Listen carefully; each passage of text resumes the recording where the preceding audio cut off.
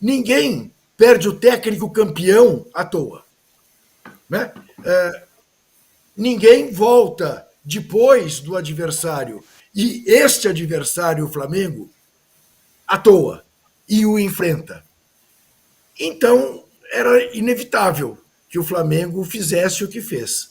Agora, o que mais me chama a atenção não é a previsível queda do Botafogo. O que mais me chama a atenção é o futebol que o Flamengo já está jogando com 3 semanas de treinamento. O que mais me chama a atenção é mais uma entrevista brilhante do Felipe Luiz. O que ele disse em relação a um jogador que ele perdeu, não é? Uma contratação tão luxuosa como foi a contratação do argentino, e ele diz, culpa minha não ter sabido aproveitá-lo. É um negócio assim, esse Felipe Luiz tem tudo para ser a grande novidade do mundo dos treinadores no Brasil nos últimos anos. E me impressiona a seriedade dele e a capacidade que ele tem, até eventualmente, de assumir para ele uma culpa que eu não sei se é dele, mas que eu entendo que ele diga, puxa vida, alguém com tanta qualidade, eu queria aproveitá-lo e não fui capaz. Então isso é que mais me chamou a atenção na decisão da Supercopa. E o que eu quero discordar um pouco do Mauro é em relação ao seguinte. De fato, Mauro, pelo mundo afora, a Supercopa não tem essa importância. Eu acho que no Brasil ela assumiu essa importância. Provavelmente pelos embates entre Palmeiras e Flamengo, a rivalidade que estava estabelecida ali, mas acabou assumindo essa importância. E eu não sei se não será o caso de deixar para fazer a disputa da Supercopa mais adiante no calendário, porque acabou assumindo uma importância que faz com que o torcedor comemore mais que um dia. Eu, fosse rubro-negro, comemoraria até a comemoração do campeonato estadual, que provavelmente virá. O Flamengo mostra que é favorito de novo em todas as competições que entrar. Muito bem, ô Danilo, é taça, hein? E agora passa ano, começa ano, termina ano, e tá lá o Flamengo, tá lá o Palmeiras, a gente vai falar de novo, não sei quem tá bem esse ano, mas daí é o Flamengo de novo, e acho que a primeira amostra aí, primeira taça conquistada é bem legal, né? Sem dúvida, bom dia, boa tarde, boa noite a todos. Sem dúvida foi uma excelente apresentação do Flamengo, mostrou por que temos essa diferença entre Flamengo e Botafogo ao longo dos anos. O Flamengo já tem uma base, o Bruno Henrique bateu o recorde de número de conquistas junto com a Arrascaeta. É um time que tem os seus problemas, especialmente fora de campo, quando a gente fala sobre a atuação das diretorias, especialmente a diretoria antiga, com o Braz, com o Landim. Temos críticas a fazer, claro, mas tem um elenco recheado e que você mantém uma base há um tempo com trocas e tal, mas você vê agora o Bruno Henrique e o Arrascaeta chegando ao recorde de títulos, não é por acaso. É uma partida incrível do Bruno Henrique e um domínio completo, né? O Flamengo ele poderia ter feito até mais e no momento do primeiro tempo ali você via um time completamente diferente do outro, parecia totalmente diferente. Claro que o Botafogo ia sentir falta do Luiz Henrique, do Almada, e eu acho que a grande questão ainda que os botafoguenses vão perceber é que o Luiz Henrique era um protagonista, e você contratou o Arthur, que é um coadjuvante. O Arthur, ele, por onde passou, talvez no Bragantino ele tenha sido ali um jogador que conseguiu um certo destaque, mas a gente sabe a diferença entre jogar no Bragantino e jogar no Botafogo, no Palmeiras, completamente diferente. Então o Botafogo ele perdeu 2 protagonistas e por enquanto não tem reposição à altura. E na hora de você mexer, o Felipe Luiz olhou para o banco, tirou a Arrascaeta, e o Botafogo tinha um banco repleto de jovens. Era muito diferente. Você jogar com o Arthur e depois com o Matheus Martins, não tem comparação com o que era Luiz Henrique e Almada. Até o Patrick de Paula, depois que entrou e fez gol, a gente sabe também que está tentando recuperar o prestígio depois de uma passagem pelo Criciúma. Então é muito diferente o nível do que o Botafogo tinha do ano passado. para esse ano.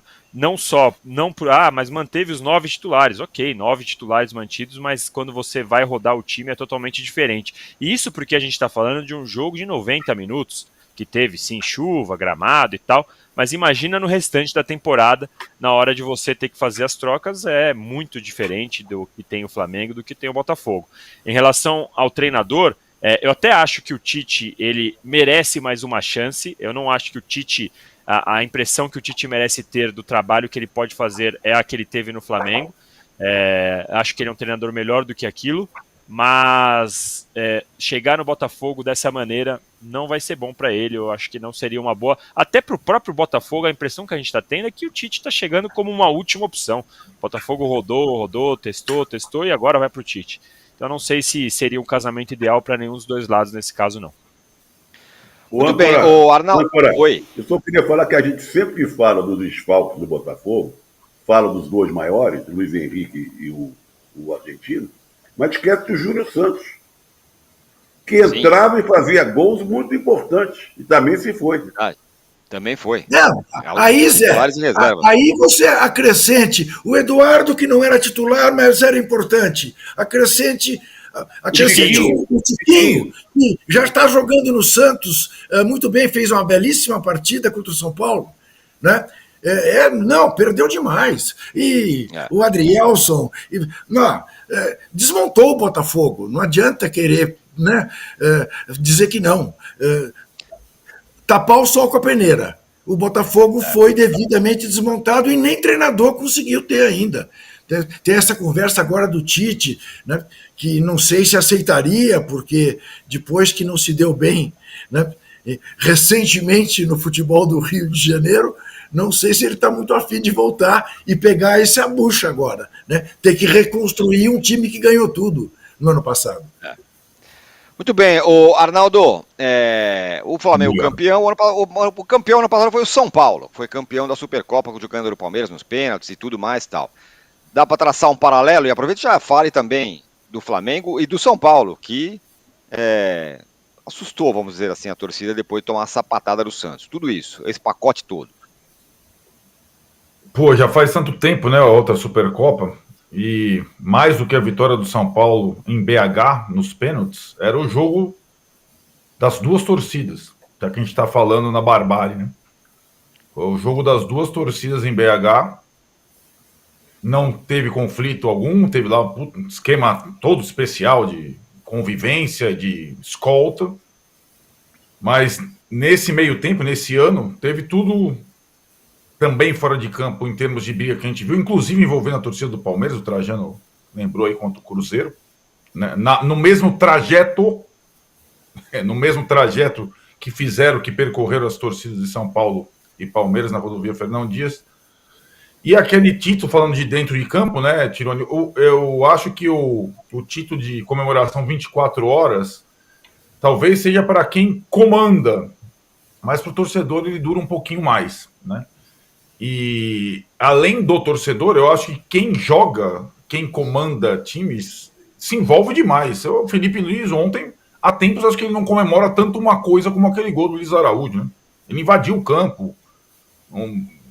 Então a gente não consegue ser sommelier de comemoração, né? E o rubro-negro tá feliz pra caramba. E como o São Paulino ficou depois de ganhar do Palmeiras. Vamos começar as distinções entre os dois campeões, né? O Flamengo jogou muito bem a final contra o Botafogo, o São Paulo foi mais ou menos contra o Palmeiras e ganhou nos pênaltis.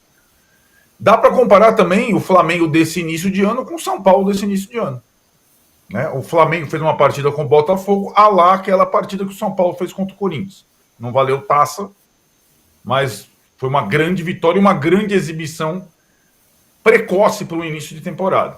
E aí, como vocês disseram, em relação ao São Paulo, uma semana depois, porque tem partida todo dia, o São Paulo perde do Santos e parece que o time que é muito bom no domingo é muito ruim no sábado. Isso vai acontecer com os outros também. Vou só salientar que o Flamengo joga agora contra a Portuguesa do Rio, depois ele tem Fla-Flu, Botafogo de novo e Vasco. Então, daqui a uma semana, 10 dias, a gente vai ver se o Flamengo consegue manter esse nível de atuação contra os outros grandes do Rio em 3 partidas seguidas. É mais ou menos o que acontece em São Paulo com os clássicos e tudo mais.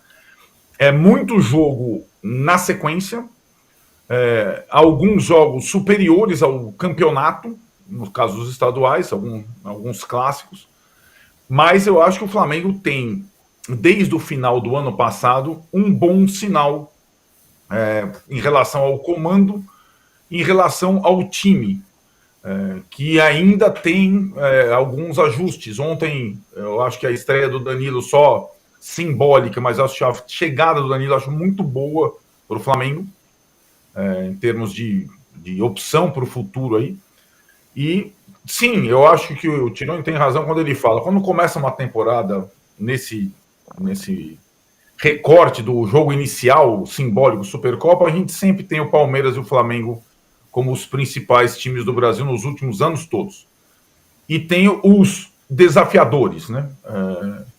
O Botafogo foi quem, no ano passado, conseguiu desafiar e superar os dois, o Atlético Mineiro já fez isso, e a gente está à procura desse outro aí, ou de outros que possam ameaçar Flamengo e Palmeiras na temporada. O Botafogo, se não reconstruir logo e com qualidade, desde a comissão técnica até o elenco, não será o time do ano passado, o time que dominou o futebol brasileiro no segundo semestre. Isso ficou claro já nesse início desorganizado, sem comando, com um banco muito frágil, e acho que reconstruir times não é uma tarefa tão simples como o Textor acredita ser, quando ele normalmente despreza o início